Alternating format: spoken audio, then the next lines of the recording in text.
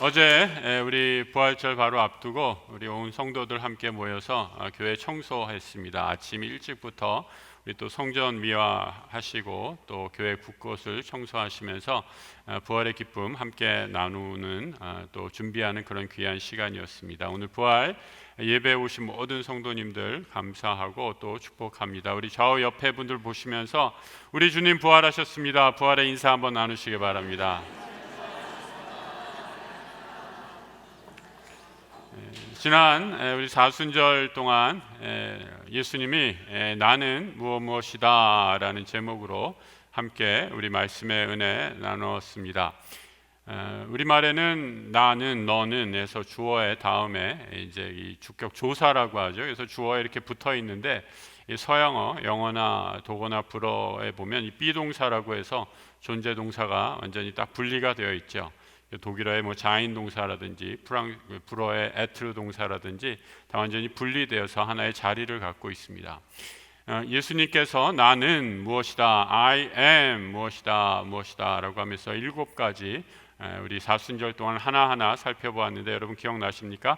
제일 처음에 우리가 나는 주님이 생명의 떡이다 라고 말씀해 주셨죠. 그리고 나는 세상의 빛이다 라고 말씀해 주셨고, 또 세 번째로 나는 양의 문이다 라고 말씀해 주셨고, 나는 그 다음에 네 번째로 선한 목자다 라고 말씀해 주셨습니다. 또 다섯 번째로 나는 길이요 진리요 생명이다 말씀해 주셨고, 여섯 번째로 나는 포도나무다 라고 말씀해 주셨습니다. 오늘 마지막 7번째 말씀, 나는 I am 부활이요 생명이다 라는 제목으로 말씀 나누겠습니다. 우리 예수님이 총 7번에 걸쳐서 말씀하시는데, 우리가 7번 하면 우리는 럭키 세븐 이렇게 생각하지만 유대인들은 이 7이라는 숫자를 하나의 완전수로 여겼습니다. 예수님이 나는 무엇이다 라고 얘기하시면서 자신의 하나님 되신 성자 그리스도로 이 땅에 오신 성자 하나님이심을 완성하시는 말씀, 나는 부활이요 생명이다 라는 말씀입니다. 지난주에 우리 교단에서 여러 가지 귀한 사역을 하셨던 60대 초반의 목사님께서 갑자기 사망하셨던 부고 소식을 받았습니다. 교회는 물론이거니와 목사님을 아는 교단의 많은 관계자들이 큰 충격에 빠졌습니다. 고난 주간에 바로 부활절을 앞두고 일본에 선교 탐방차 가셨다가 하나님 나라 부름을 받은 것입니다. 조금 더 뒤돌아서 생각해 보니까 우리가 잊고 있었을 뿐이지 우리 주변에는 늘 죽음이 가까이 하고 있다라는 것을 실감하게 됩니다. 제가 신학교 다닐 무렵에 우리 신학교 출석을 부를 때 가나다 순으로 이렇게 이름을 불렀습니다. 박씨성을 가진 제 이름 바로 몇 번 앞번째 이름을 불렀던 전도사님, 신학교 졸업하고 얼마 안 돼서 암으로 하나님 나라 부름을 받았던 것 기억합니다. 또 여러분, 올해 우리가 얼마나 많이 1월부터 3월까지 장례가 참 많았죠. 우리 교회에서 한 장례 포함해서 우리 교회에서 하지 않은 장례까지 다 포함하면 한 20여 건 이상이 장례가 났던 것으로 기억합니다. 이처럼 우리의 삶은 늘 장래, 죽음 가까이 있는 것을 보게 되죠. 부활절 예배 드리는데 기분 나쁜 말씀 드리는 것 아닌가 생각이 들지만 언젠가 우리도 나의 부고 소식을 받을 차례가 온다라는 것입니다. 부활절을 맞이할 때마다 그래서 저는 부활이 없다면 우리 인생이 어떻게 될까 생각하곤 합니다. 부활이 없는 삶, 우리 인생이 어떤 의미일까? 믿지 않는 사람들은 이 세상이 우연의 산물, 진화의 수많은 조합의 우연한 결과라고 얘기하죠. 그래서 이 모든 것이 우연이고 언젠가는 이 세상도 그 우연이 태양이 언젠가 폭발하든지 할 때 멸망해 버릴 것이다 라고 말합니다. 다 없어져 버릴 것이기에 죽음 앞에서는 그 어떤 것도 의미를 잃게 됩니다. 진실을 밝히려는 노력도 헛된 것이고 세상을 더 좋게 만들려는 노력도 부질 없을 뿐입니다. 언젠가는 다 죽어버리기 때문이죠. 예수의 부활은 이런 회의적이고 비관적인 세상 사람들의 생각을 철저하게 부순 사건입니다. 예수의 부활로 인해 악이 승리할 수 없음이 온 세상에 입증되기 때문이죠. 세상의 모든 불의와 고통, 상처가 우리 주님 부활하신 것으로 정의와 치유와 사랑으로 회복되리라는 것, 이것이 바로 부활의 메시지입니다. 오늘 부활절을 맞이해서 예배가 마치면 각 선교회별로 여러분 걷고 나누고 행사에 참여하십니다. 단순히 걷는다라고 생각하지 마시고 걸으면서 기도하고 걸으면서 우리의 부활의 증인의 삶을 살 것을 다짐하는 시간이 되기를 바랍니다. 부활의 증인의 삶이란 우리 교회 울타리 안에 이 지붕 아래서만 이루어지는 것이 결코 아닙니다. 세상 밖에 나가서 우리 온 세상 만물을 부활의 능력으로 새 창조를 이루시는 주님의 능력을 증거하는 것이죠. 그 가운데 우리가 그동안 얼마나 많이 소홀히 했던 것 중에 하나, 바로 자연을 돌보는 것, 우리가 얼마나 소홀히 했습니까? 우리의 욕심대로, 우리의 무분별한 탐욕으로 자연을 병들게 했고 또 아프게 했던 것들을 하나님 앞에 사죄하면서 우리가 작은 노력을 통해서 부활의 증인으로 이 세상을 다시 회복시키는 피스메이커로서의 사명을 감당하는 것이죠. 여러분, 말씀드렸듯이 우리가 여기 교회에서 장충당 공원까지 걸어간다고 지구 온난화에 얼마나 도움이 되겠습니까? 하지만 말씀드린 것처럼 그동안 우리의 삶을 되돌아보고 우리를 부활의 증인으로 불러주셨던 그 은혜를 기억하면서 나와 세상 또 우리 모든 피조물들을 다시 한번 부활의 능력으로 회복할 것을 다짐하는 은혜의 시간이 되기를 축복합니다. 이 제자들은 예수님의 십자가 죽음으로 절망했습니다. 로마의 폭력 앞에서 너무나 무기력했고 또 당시 종교 지도자들의 위선 앞에 아무런 힘을 쓸 수 없기 때문에 절망했습니다. 자신들이 모든 것을 버리고 따랐던 예수가 십자가에서 처참하게 죽음을 당해 돌아가신 후에 그들의 모든 희망이 다 사라져 버리게 됩니다. 제자들은 뿔뿔이 흩어지게 되죠. 그리고 안식 후 첫날, 바로 부활의 아침 새벽 미명에 두 여인이 예수의 무덤을 찾아갑니다. 예수의 무덤 앞에서 여인은 커다랗게 놓여 있는 예수의 무덤 앞에 있는 돌을 발견하게 되죠. 커다란 돌 때문에 여인들은 아무것도 할 수 없습니다. 여인의 힘으로 이 돌을 치울 능력도 없습니다. 마가복음은 마태복음에서 다루지 않은 당시 여인들이 느꼈던 절망을 이렇게 말해주고 있습니다. 마가복음 16장 3절 이하의 말씀인데요, 누가 우리를 위하여 무덤 문에서 돌을 굴려 주리요 하더니 그 돌이 심히 크더라 말합니다. 여인들은 돌이 너무나 커서 절망합니다. 내 힘으로는 이 돌을 굴릴 만한, 옮길 만한 능력이 도무지 없기 때문이죠. 여러분, 우리의 인생을 살면서 우리도 그런 경험 자주 하지 않습니까? 내 능력에 힘에 붙여서 나는 아무것도 할 수 없는 무기력함에 우리가 인생의 돌이 떡하니 우리의 길을 가로막고 있는 것을 경험하게 되죠. 돌의 크기와 무게를 보니 내 힘으로 감당할 수 없는 사이즈입니다. 한숨만 나오고 가슴이 축 처져서 절망하게 되는 순간이죠. 오늘 본문에 말씀이 들어있는 요한복음 11장에도 커다란 돌이 놓여 있었습니다. 예수님이 사랑하셨던 나사로가, 베다니에 있는 나사로가 죽었기 때문이죠. 이 나사로의 무덤에 커다란 돌 앞에 우리 주님이 서신 것입니다. 그런데 이 주님은 이 커다란 돌을 보시며 이렇게 명하십니다. 요한복음 11장 39절의 말씀 같이 읽어보겠습니다. 예수께서 이르시되 돌을 옮겨 놓으라 하시니 그 죽은 자의 누이 마르다가 이르되 주여 죽은 지가 나흘이 되었음에 벌써 냄새가 나나이다. 돌을 옮기라 라고 명하시는 주님, 나사로를 다시 살리기 위함이십니다. 마르다는 얘기하지요. 주님, 내 오라버니가 죽은 지 4일이나 되어서 이미 부패한 냄새가 나기 시작합니다. 마르다의 대답은 늦어도 한참 늦었다라는 겁니다. 주님이 조금 일찍 도착했더라면, 내 오라버니가 죽기 전에 이 자리에 계셨더라면, 그때라면 어떻게 주님이 행하시는 능력으로 해보실 수도 있을지 모르지만 지금은 다 끝나 버렸다라는 겁니다. 여러분, 마르다는 믿음이 없는 여인이 아닙니다. 이 믿음이 있는 여인이었습니다. 예수님을 누구보다도 사랑했던 여인입니다. 주님이 무덤을 옮기라는 말을 마르다는 이렇게 이해하고 있었습니다.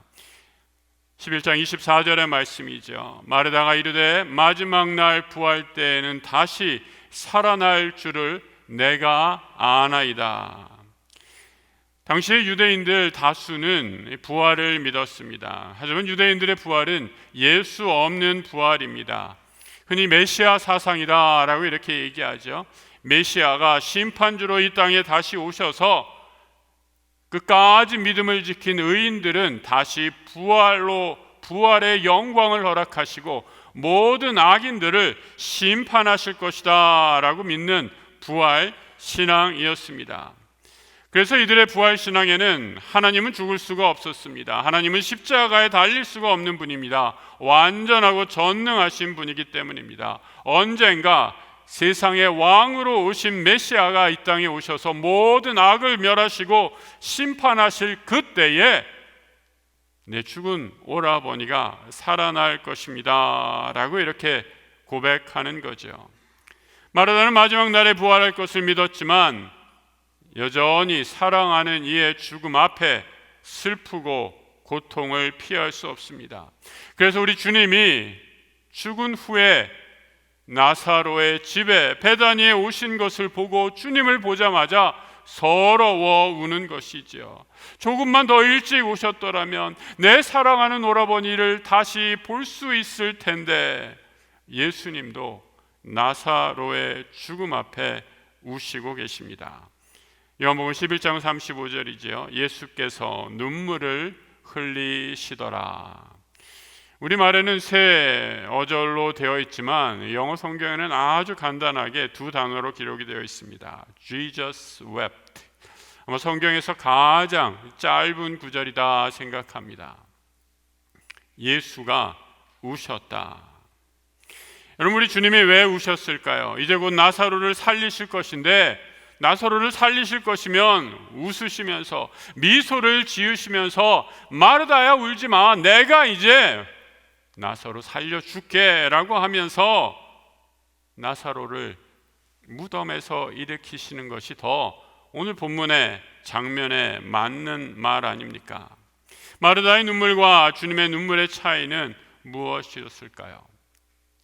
우리 주님이 성경에 보면 딱 2번 우시는 걸로 기록이 되어 있습니다.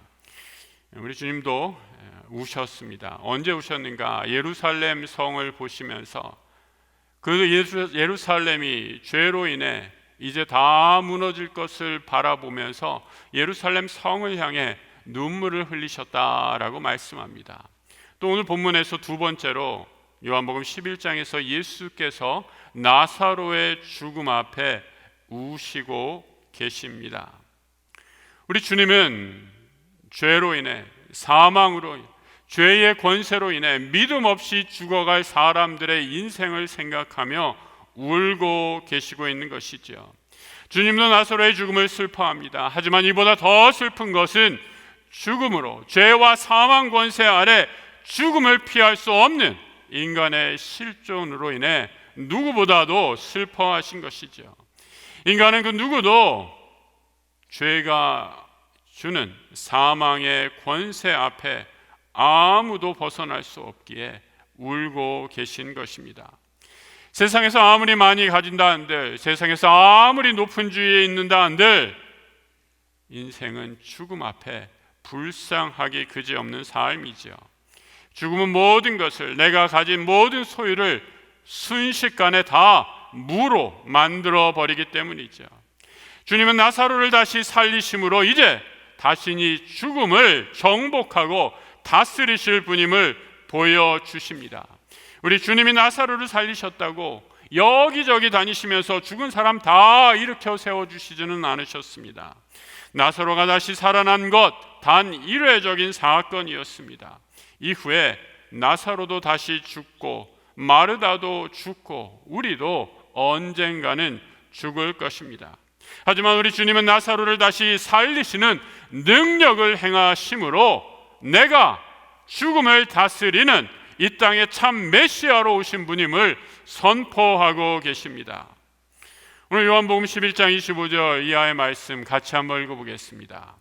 예수께서 이르시되 나는 부활이요 생명이니 나를 믿는 자는 죽어도 살겠고 무릇 살아서 나를 믿는 자는 영원히 죽지 아니하리니 이것을 내가 믿느냐. 나사로를 살리신 후에 우리 주님 십자가 지시고 죽으시고 부활하심으로 이 말씀을 이루어 내십니다. 19세기 덴마크 철학자였던 케르케가르는 엄격한 기독교 가정에서 자라났습니다. 그는 기독교 신앙인이었고 또 누구보다도 열심히 신앙 생활을 했지만 당시 덴마크 국교회의 위선적인 종교 지도자들의 신앙의 모습에 분노하면서 다음과 같은 풍자적인 글을 남겼습니다. 한번 잘 들어보시기 바랍니다. 교인들은 집 거위들과 같다. 거위들은 매주일 뒤뚱거리며 교회에 들어와 설교를 듣는다. 설교자는 하나님이 하시는 놀라운 일에 대해 설교하면 거위들은 꽥꽥거리며 아멘을 외치고 흥분한다. 그리고 다시 뒤뚱거리며 집으로 간다.